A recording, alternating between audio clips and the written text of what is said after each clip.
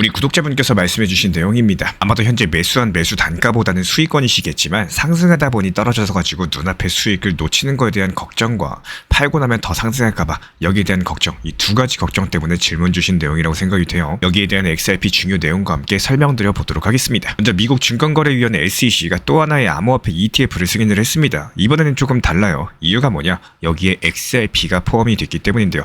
바로 그 XRP입니다. SEC가 수년간 소송을 걸었었던, 그래서 증권이냐 아니냐를 두고 법정 다툼을 벌였었던 바로 그 XRP 말입니다. 이 자산이 지금 SEC가 직접 승인한 ETF 안에 들어간 거라는 거고, 이 장면을 과연 어떻게 받아들여야 될까요? 그냥 코인 하나 더 들어갔구나, 뭐 이런 정도로 넘길 수가 있을까요? 아니면 이건 암호화폐 시장의 판도가 이제부터 제도권 중심으로서 완벽하게 바뀌고자 하는 신호탄일까요? 시간을 조금만 돌려보겠습니다. 지난 2020년 말 SEC는 XRP를 미등록 증권이라고 주장을 하면서 전격적으로 소송을 건 바가 있었죠. 여기에 대한 시장 충격은 상당히 컸습니다. 미국 주요 거래소에서 XRP가 상장 폐지됐고요. 수많은 투자자들이 자산을 강제로 청산당했습니다. 그로부터 3년 뒤에 미국 연방 법원 측에서는 XRP에 대해서 이렇게 판결을 했습니다. XRP 자체는 증권이 아니다. 이 판결 이후에 다시 거래소에 상장이 됐고요. 분위기가 다시 바뀌기 시작을 했다는 거예요. 그리고 지금 현재 시점 미국 SEC가 승인한 ETF에 공식적으로 포함이 된 거고요. 미국의 이거는 그 자체로서 상징적인 사건인 거고, 이유가 뭐냐? 이 ETF라는 거는 그냥 민간 상품이 아니라요. 연기금이라거나 기관 투자자들이 활용하는 제도권 투자 인프라입니다. 그 안에 포함이 됐다는 거는 XRP가 논란이 많았던 자산에서 공식 투자 대상으로 바뀌었다는 뜻인 거고, 그동안 XRP는 리스크가 크다, SEC에 고소당한 코인을 왜 사냐, 이런 말들이 많았었죠. 하지만 지금부터 상황 자체가 달라졌습니다. SEC가 직접 승인한 포트폴리오 안에 리플 XRP가 당당히 포함되어 있기 때문인데요. 무엇보다 이 ETF 자체가 단일 종목이 아닙니다. 비트코인, 이더리움을 포함한 10개의 주요 코인을 한데 묶은 종합적인 인덱스 ETF인 거고, 쉽게 말씀드려서 미국이 제도권이 인정하는 10대 암호화폐 세트를 선정을 한 거고요. XRP가 그 안에 들어간 겁니다. 그동안 비트코인, 이더리움을 중심으로서 돌아가던 시장의 구조 속에서 XRP는 항상 법적인 리스크 때문에 평가절하되어 온 바가 있었죠. 그런데 이번 승인으로서 XRP는 단순한 송금용 코인이 아니라 제도권이 공인하고 있는 핵심 자산으로서 위상이 바뀌고 있다는 겁니다. 그동안 썼던 투자자들에게는 상당히 큰 전환점이 될 수가 있겠고, 향후에 RLUSD, 연준 마스터 계좌, 글로벌 결제망 연동 같은 이런 흐름들을 봤을 때 지금은 단지 가격을 보는 게 아니라요, 위치랑 역할 자체가 바뀌고 있다는 것을 읽으셔야 되는 타이밍입니다. 이번 ETF 승인 하나가 보여주는 건 정말 명확해요. XRP는 더 이상 변두리에 있는 코인이 아니라는 거. 이제는 미국 금융시장의 중심으로서 조금씩 진입을 하고 있는 거고, 그렇다면 앞으로 어떤 일이 벌어질 수 있을까요? 현물 ETF, 국경 없는 결제 인프라, 실제 사용 중심의 금융망 확장까지도 모든 흐름의 중심에 XRP가 있다면은 지금 우리가 보셔야 되는 거는 단기 가격이 아니라 방향성 그 자체일 겁니다. 게다가 요즘에 시장에서 뭔가 이상한 움직임이 보이고 있죠. 조용한 뉴스 분위기랑은 다르게 XRP는 지금 기관도 개인도 동시에 매수에 뛰어들고 있다는 겁니다. 이게 과연 단순한 반등일까요? 아니면 뭔가 더 큰 흐름이 시작되고 있다는 신호일까요? 특히나 주목하셔야 되는 거는 숫자입니다. 뉴스가 뜨기 전에 먼저 움직이는 게 숫자인 거고, 그 숫자 중에 하나인 CVD, 그러니까 실제 시장에서 매수세가 얼마나 우세한지를 보여주는 지표가 90일 만에 다시 녹색으로 바뀌었습니다. 단순한 기대감으로 올라가는 게 아니라 실제로 돈이 들어오고 있다는 의미인 거고, 그리고 그 돈이 시장을 조용히 뒤흔들고 있습니다. 지금 XRP에서 벌어지는 이런 흐름들 과연 어떤 의미가 있는지 지금부터 하나씩 차근차근 풀어드려 보도록 하겠습니다. 근데 여기서 우리가 진짜 던져야 될 질문은 바로 이겁니다. 지금 현재 시장 매수세들이 단순하게 잠깐 튄 반등일까요? 아니면 이게 시장의 구조 자체가 아예 바뀌고 있다는 신호인 걸까요? 가격이 오르면 사람들은 다 비슷하게 말을 하죠. 뉴스 나왔다라는 둥, ETF 얘기 돌고 있다라는 둥, 기관 자금이 들어오고 있다라는 둥. 근데 그 말보다 중요한 건요, 왜 지금 그 뉴스에 시장이 반응을 하고 있느냐, 이런 여부입니다. 예전에도 비슷한 뉴스는 많았었지만 그때는 반응이 없었는데 지금은 숫자가 먼저 움직이고 있는 상황이죠. 이게 단순한 재료 때문이 아니라 시장 안에 있는 힘의 방향성 자체가 바뀌고 있는 건 아닐까요? 이걸 짚고 넘어가셔야지 진짜 흐름들을 이해하실 수가 있는 겁니다. 먼저 숫자부터 보셔야 됩니다. 우리가 흔히 보는 거래량 말고요, 진짜 중요한 지표가 하나 있습니다. 바로 CVD 지표, 누적 매수 매도 거래량인데요. 이게 최근 90일 만에 다시 녹색으로 바뀌었습니다. 이건 무슨 뜻이냐? 시장 가격으로 실제 체결된 매수 주문이 매도보다도 확실하게 많아졌다는 의미입니다. 즉 지금 시장에서는 팔겠다라는 사람들보다 XRP를 사겠다라는 사람이 훨씬 더 많아졌다는 거예요. 여기서 중요한 건 이거예요. 한두 번의 치고 빠지기가 아니라 이런 흐름 자체가 아예 바뀌고 있다는 점인 거고, 그동안은 눈치 보면서 매물 던지던 시장이었었다면은 지금은 돈을 들고 먼저 손을 뻗는 이런 쪽이 생기기 시작을 한 겁니다. 그렇다면 이제 심리 흐름을 한번 볼게요. XRP를 시장가로 산다는 건 무슨 뜻이냐? 이 가격이라도 괜찮으니까 지금 당장 사고 싶다라는 뜻입니다. 즉 현재 익절보다는 지금이라도 안 타면 더 비싸질 것 같다. 이런 심리가 우세해졌다는 뜻인 거고, 이런 것들이 공포가 지나가고 탐욕이 고개를 들기 시작했다는 신호겠죠. 시장 흐름들이 바뀔 때 가장 먼저 바뀌는 건 바로 이런 심리일 거예요. 기술적인 흐름도 정리가 잘 돼 있습니다. XRP는 최근에 3.66달러를 돌파하면서 2018년 고점 3.84달러 바로 앞까지도 바짝 다가섰는데요. 차트에서는 컵 앤 핸들 패턴이 보이고 있고, 단기적으로도 지지선 위에서 안정적인 횡보 구간을 만들고 있습니다. 이게 무슨 뜻이냐? 지금 이번 가격대 자체가 단순하게 튀었다가 빠지는 자리가 아니라 매수자들이 눌러앉고 있다는 흐름이겠죠.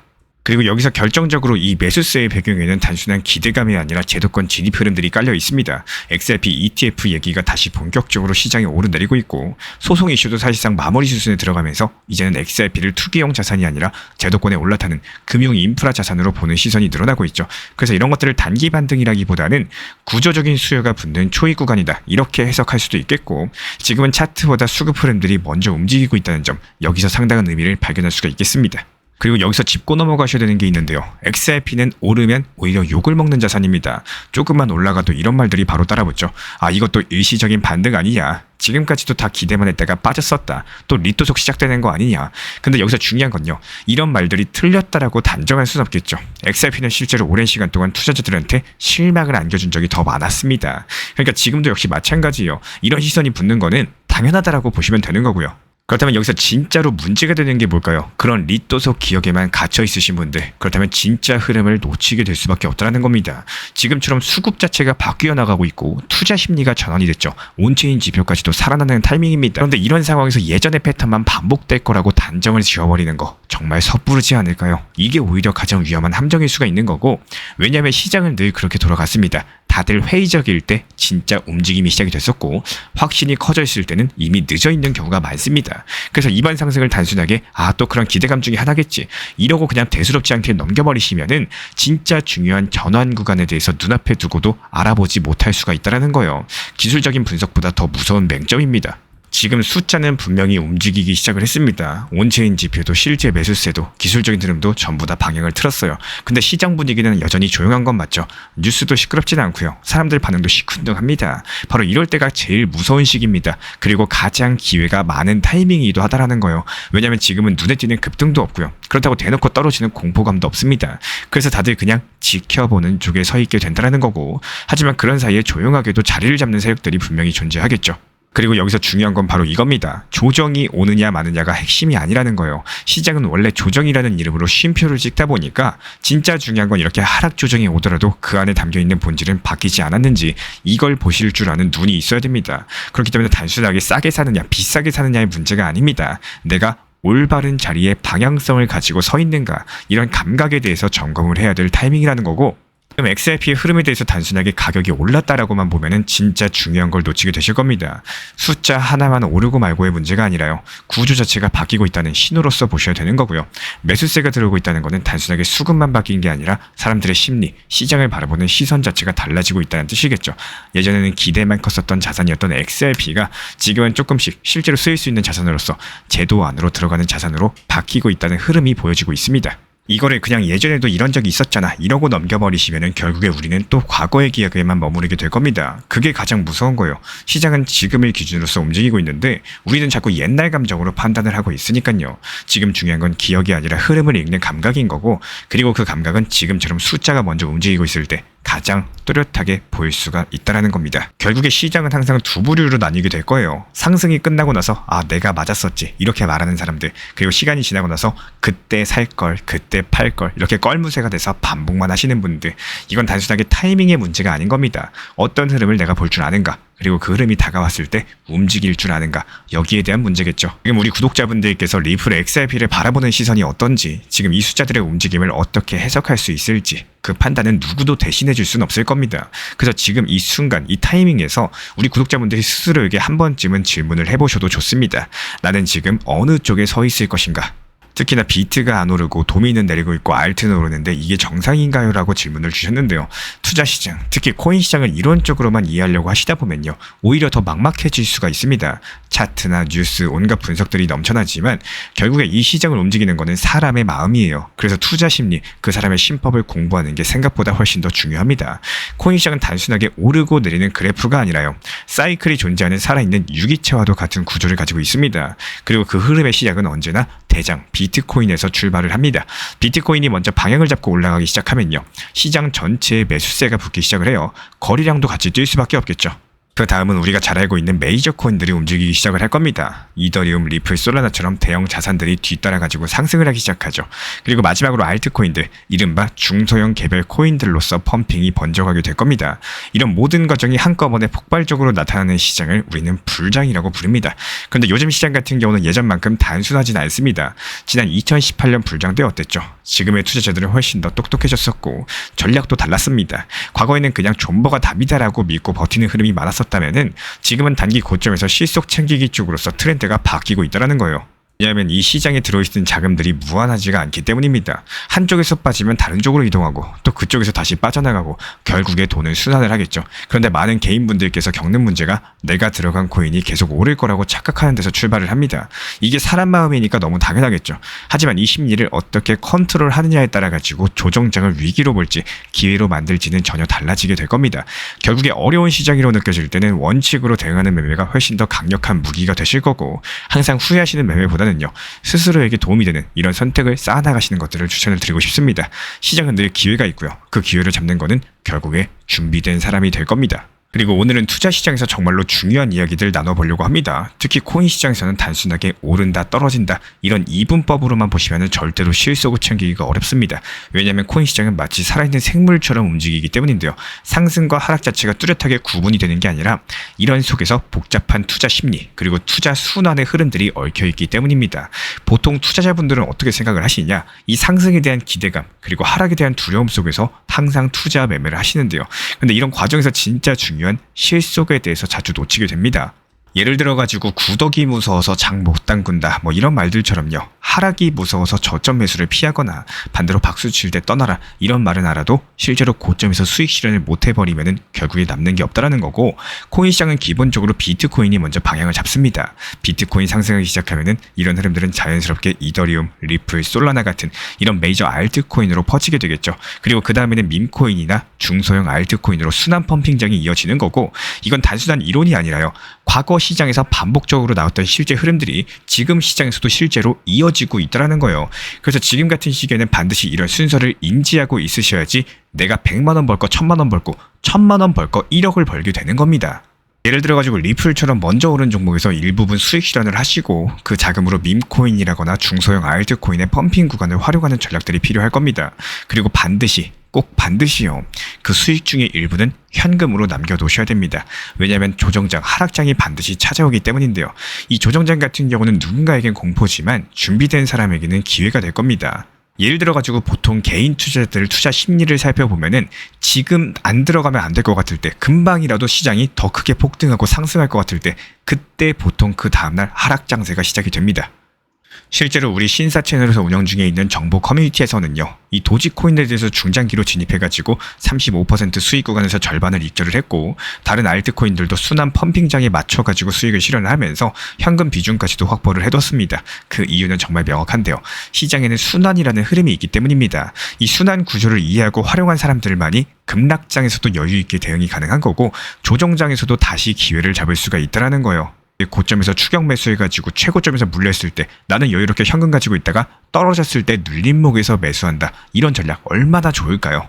여기서 반대로 매번 상승장만 기대하면서 불안한 마음으로서 버티는 매매는요, 결국에 실속을 챙기지 못할 거고, 그때 팔 걸 괜히 고점에서 추격 매수해가지고 물렸네 이런 후회만 남게 되는 겁니다. 우리 구독자 여러분들, 매수만큼이나 중요한 게 수익 실현이라는 거예요. 항상 강조드리고 있는 얘기인 거고, 단기 고점에서 수익 실현을 내가 하지 못하는 이유 대부분 딱 한 개입니다. 혹시나 이거 더 상승하면 어떡하지, 이런 두려움 때문이겠죠. 하지만 우리가 지금까지 봐왔던 과거 차트들을 한번 떠올려보세요. 결국에 내가 못 팔고 다시 원점으로 돌아가는, 아니면 또 큰 손실을 기록하게 되는 이런 경우가 얼마나 많았나요? 그래서 저는 항상 말씀을 드립니다. 후회하는 매매보다는 실속을 챙기는 매매를 하셔야 되는 거고, 팔아야지 내 돈이에요. 그리고 그렇게 판 돈을 실제로 출금을 하셔야지 그게 내 돈이 되는 겁니다. 이런 것들만이 진짜로 내 계좌를 지키는 유일한 방법이라는 거예요. 한 번 더 강조를 드리고 싶습니다. 리플 XRP 투자에 있어서 이제는 투트랙 전략이 반드시 필요해지고 있습니다. 무턱대고 몰빵하거나 반대로 또 손 놓고 기다리는 시대는 끝났어요. 첫 번째 트랙은 매달 분할 매수하시면서 시장이 빠지든 말든 일정 비중으로서 리플을 꾸준히 모아 나가시는 겁니다. 이거는 시간과 리스크를 분산할 수 있는 가장 효율적인 전략인 거고, 그리고 두 번째 트랙은 남은 현금 비중으로 알트코인 단타로서 굴려 나갑니다. 수익이 나면은 그거를 다시 리플에 재투자하시면 되는 거고, 이게 바로 수익을 만드는 순환 매수 전략이 되실 거예요. 그런데 여기서 중요한 거는 단타 하실 때 조심하셔야 되는 거예요. 단타 매매 중독되면 끝장입니다. 이 매매 중독을 절대 조심하셔야 되는 거고, 예를 들어 가지고 시장이 과열인데도 지금 아니면 기회가 없다, 이런 조급한 생각에 RSI 지표가 이미 고점인데도 불안해서 또 들어가고 결국에 수익은커녕 손실만 쌓이게 되실 겁니다. 그래서 저희 채널 차원에서는 한 가지 원칙이 있습니다. 확률이 높은 날만 진입을 하세요. 그리고 시장 전체가 과매도 구간일 때, 비트코인 기준 RSI가 바닥을 찍을 때, 그때 알트코인 중에서 최근 거래량이 급등한 종목이 과매도의 경우 MACD, 볼린저 밴드, 이동평균선과 일목균형표 참고해서 신중하게 매수 진입 타점 들어갑니다. 그리고 그 외에는 아예 매매를 쉬는 날도 반드시 있어야지 진짜 단타인 거고, 그렇다면 이걸 어떻게 구별할 수 있는지 궁금하실 거예요.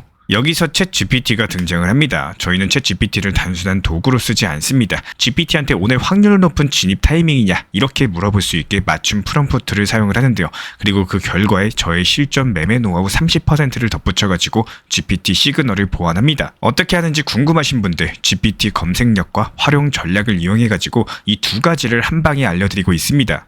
현재 보이시는 번호로서 리플 단타라고 문자 남겨주세요. 지금 이 영상 보신 분들에게만 오픈합니다. 그냥 GPT 쓰는 법이 아니라 투자로 연결되는 GPT 사용법 지금 바로 알려드리도록 하겠습니다. 제가 안내해드리고 있는 코인 신사 채널 멤버십 전용방에 대해서 짧게 설명드려 보도록 하겠습니다.